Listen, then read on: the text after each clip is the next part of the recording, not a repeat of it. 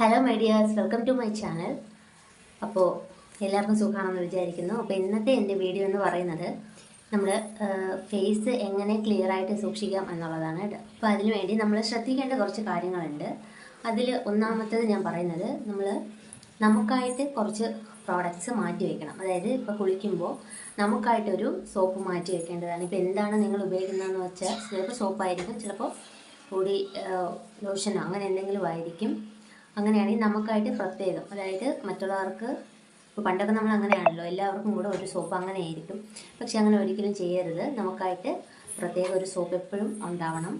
ഇത് രണ്ടാമത്തെ കാര്യം എന്ന് പറയുന്നത്, കുളിച്ച് കഴിഞ്ഞിട്ട് അല്ലെങ്കിൽ ഫേസൊക്കെ വാഷ് ചെയ്തിട്ട് നമ്മൾ ഉപയോഗിക്കുന്ന തോർത്തൊക്കെ ആണെങ്കിൽ അതും കോമൺ ആയിട്ട് ഉപയോഗിക്കരുത്. നമുക്ക് വേണ്ടി എപ്പോഴും ഒരു തോർത്ത് ഉണ്ടാവണം, അല്ലെങ്കിൽ ഒരു ക്ലോത്ത് ഉണ്ടാവണം. അതും വൃത്തിയോടെ സൂക്ഷിക്കണം. അപ്പോൾ പിന്നെ ഞാൻ പറഞ്ഞിട്ടുണ്ട്, ഞാൻ വേറെ വീഡിയോയിൽ, നമുക്ക് തലയിൽ എണ്ണ തേക്കുന്നവരാണെങ്കിൽ ആ എണ്ണ ഒരിക്കലും മുഖത്ത് പറ്റാത്ത രീതിയിൽ വേണം നമ്മളത് സൂക്ഷിക്കാൻ. കയ്യിൽ നിന്ന് മുഖത്ത് ഒരിക്കലും എണ്ണ പറ്റരുത്. പിന്നെ നമ്മൾ ഉപയോഗിക്കുന്ന ക്ലോത്ത്, തല തോർത്തിയിട്ട് സെയിം ക്ലോത്ത് എടുത്ത് ഒരിക്കലും ഫേസിൽ തുടയ്ക്കരുത്. എങ്കിൽ നമുക്ക് ചെറിയ പിമ്പിൾസൊക്കെ വരാൻ ഒരുപാട് സാധ്യതയുള്ളത് കൊണ്ടാണ് ഞാനങ്ങനെ പറയുന്നത്. പിന്നെ എന്ന് പറയുന്നത്, ഒരു പ്രോപ്പർ സ്കിൻ കെയർ അത് കമ്പൽസറിയാണ്.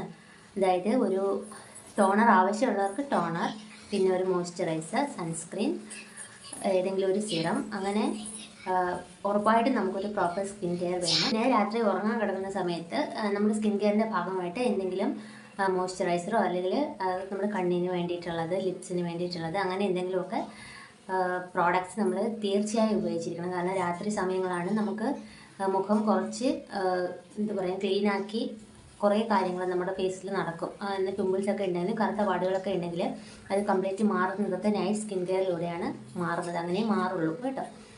പിന്നെ അതിലൂടെ പ്രത്യേകിച്ച് പറയാനുള്ള ഒരു കാര്യം എന്ന് പറഞ്ഞാൽ, നമ്മുടെ തലേണയുടെ കാര്യം പറയാനുണ്ട്. അപ്പോൾ അതെന്ന് വെച്ചാൽ, നമ്മുടെ തലയിൽ എണ്ണ തേക്കുന്നവരാണെങ്കിൽ ഭയങ്കര പ്രോബ്ലം ഉള്ള ഒരു കാര്യമാണ്. കാരണം നമ്മുടെ തലയിലെ എണ്ണ തലേണയിൽ എന്തായാലും ആയിട്ടുണ്ടാവും. അപ്പോൾ നമ്മൾ ഡെയിലി എന്തായാലും വാഷ് ചെയ്യില്ലല്ലോ. ഇപ്പോൾ വീക്ക്ലി വൺസ് ആണെങ്കിലും അത്രയും ദിവസം മതി നമ്മുടെ ഫേസിൽ അത് പറ്റാൻ.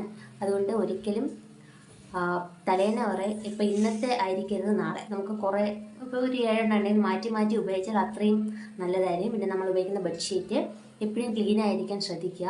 അല്ലെങ്കിൽ നമ്മുടെ ഫേസിൽ ഈ ഭാഗത്തൊക്കെയാണ് നമ്മുടെ തലേണ നമ്മുടെ കയ്യിൽ നിന്ന്, വൃത്തിയില്ലായ്മയിൽ നിന്ന് വരുന്ന പിമ്പിൾസാണ് ഈ നമ്മുടെ കവിളുടെ ഭാഗത്തൊക്കെ വരുന്നത്.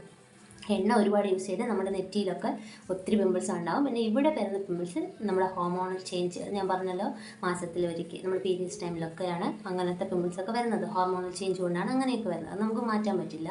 പക്ഷെ ഇവിടെ നിന്ന് ഇങ്ങോട്ട് വരുന്നത് നമുക്ക് നമ്മുടെ അശ്രദ്ധ കൊണ്ട് വരുന്നതാണ്.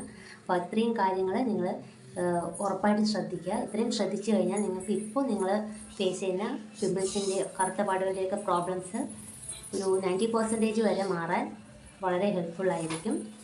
അപ്പോൾ ഇത്രയാണ് ഒരു ബേസിക്കായിട്ടുള്ള കുറച്ച് കാര്യങ്ങൾ, ഇത്രയേ ഉള്ളൂ. അപ്പോൾ നിങ്ങൾക്ക് എല്ലാവർക്കും അത് മനസ്സിലായെന്ന് വിചാരിക്കുന്നു. ഇനി കൂടുതൽ എനിക്ക് അറിവ് കിട്ടുന്നത് പോലെ ഞാൻ നിങ്ങൾക്ക് ഇത് ഷെയർ ചെയ്യാം. അപ്പോൾ എല്ലാവർക്കും ഇന്നത്തെ വീഡിയോ ഇഷ്ടമായെന്ന് വിചാരിക്കുന്നു. ഇനി മറ്റൊരു വീഡിയോ ആയിട്ട് കാണുന്നത് വരേക്കും ബൈ ബൈ.